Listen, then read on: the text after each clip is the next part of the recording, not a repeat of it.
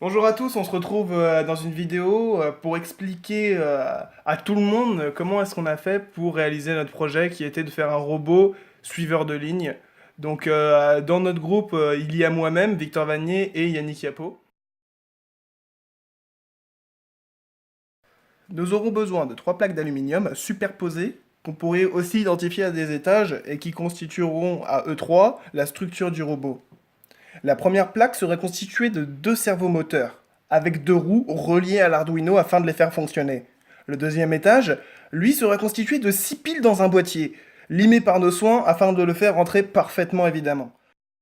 Sur la troisième plaque d'aluminium sera fixé et vissé l'Arduino, qui reçoit des informations du capteur et qui les transmet au servomoteur.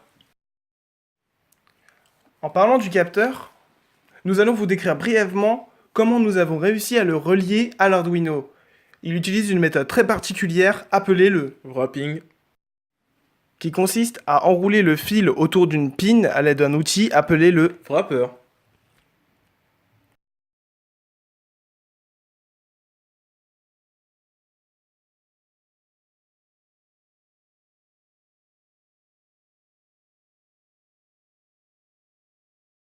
Après avoir fait le montage, nous avons effectué plusieurs essais à l'aide de programmes simples donnés en exemple dans le logiciel Arduino.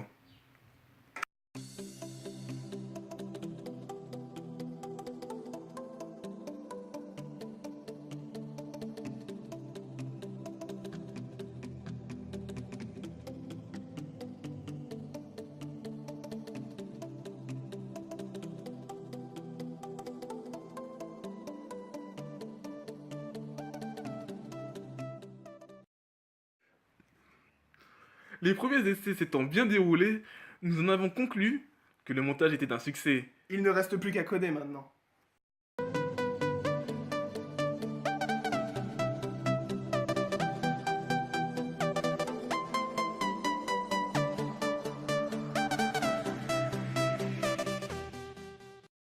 Comme vous pouvez le voir sur la vidéo, le robot doit se calibrer afin que les capteurs puissent bien fonctionner. Malheureusement, nous avons fait face à plusieurs difficultés. Comme vous pouvez le voir, dans les virages serrés, la voiture sort du circuit, ce qui pose problème.